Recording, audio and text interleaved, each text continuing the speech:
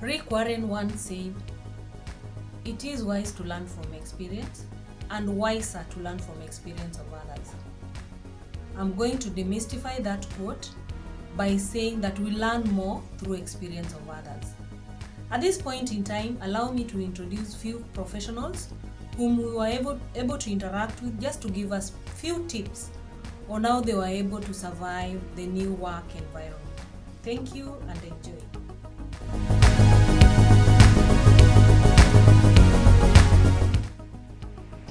Tip number 1, observe the lay of the land. What do I mean by this? Observe the work environment. If you notice that people in that work environment tend to be individualistic, by that I mean they make independent decisions, they work independently, and they also work with very minimal supervision and guidance. Take note of that. On the other hand, if you realize people in that work environment are collaborative, it means they share ideas, they communicate well with one another, and there's a lot of teamwork. Learn about that and be able to know where to fit in. Why? Because this will help you to be able to interact well with your co-workers for any assignment, for any project that you'll be given in future. You'll be able to know that this company, people are individualistic, or in this company, people are collaborative. That will help you with those assignments. Tip number 2, be friendly. For anyone that come across your way, be friendly. Greet them, smile with them, ask them questions. For how long have you worked in this company? Get to know them. This will help you with your interaction later, with communication, how to communicate with them in future. Be friendly. It doesn't mean that you have to dish out cookies that you carried from home, but ask small questions.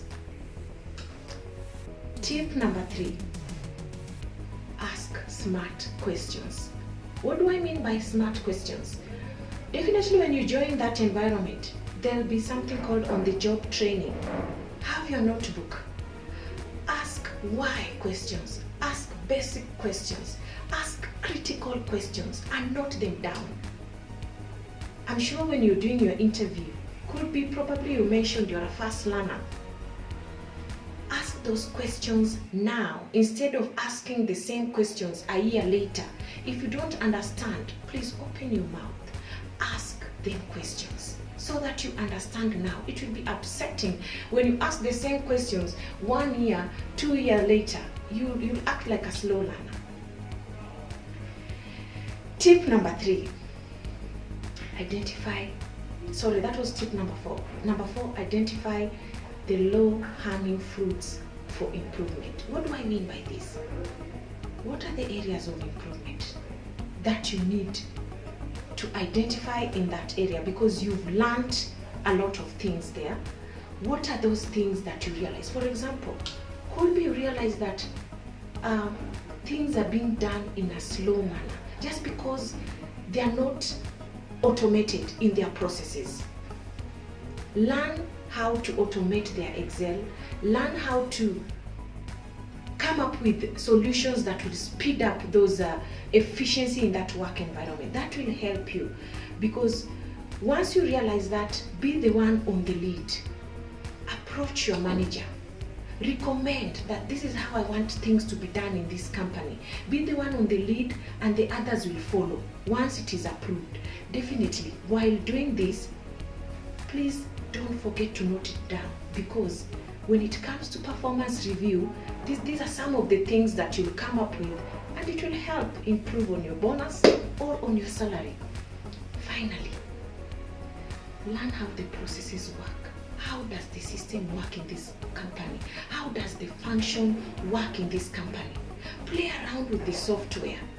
Get to know how the process works. This will help you to be confident enough to even give your report on how the processes work, how or maybe why the process is failing. Yeah, it is very important to learn about the processes, the function, and the system.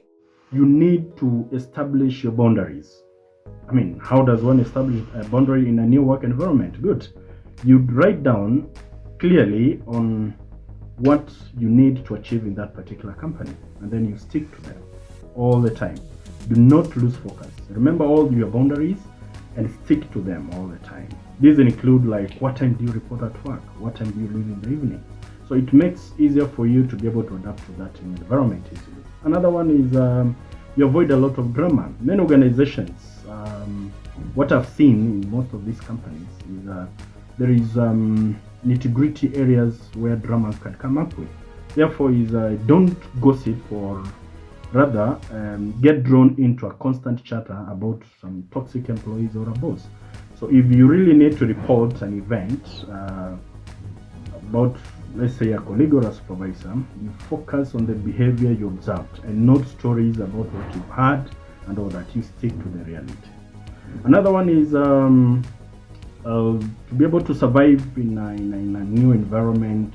One key thing is build a network of trusted co-workers, and through these co-workers you can be able to have some confidence and know exactly what is happening. And being new in this work environment, you can be able to learn one or two things from them. So therefore, there's a couple of issues, including, like you say, also true to yourself, resist being drawn or acting badly, and out of it, I'm sure you can be able to adopt with the rest of the team and work collaboratively. Thank you. There's one key point that I always tell people, regardless of how work environment is like, always focus on your work.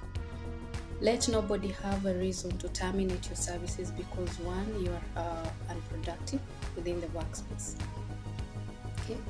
And you have the guts, confront your immediate supervisor individually. Don't go as a group. Go and explain yourself. Let you understand why she behaves the way they are behaving. Okay? And the other thing, or the other tip that I found very workable for me was I changed the way I communicated. I changed the game and I started documenting everything so that tomorrow don't come and tell me I didn't say that, or it looks so bad. And eventually I planned for my exit strategy. It took long, but I was able to set up a very peaceful work environment when I applied the 4 tips that I have shared. Yeah? Focus on your work. That is very critical. Number 2, confront your immediate supervisor individually. Don't go as a group. It look like an attack. Okay? And then number 3, document everything. Change the communication channel. Always have a backup. And finally, plan your exit strategy. I'm so delighted, and indeed we learn through experience of others. I hope you've been able to learn something and pick a tip or two for you to be able to survive your new environment, your next new environment. Please subscribe, follow us, like, comment for more videos so that you're not left behind. Remember, every day is a learning day, and we learn through experience of others. Thank you.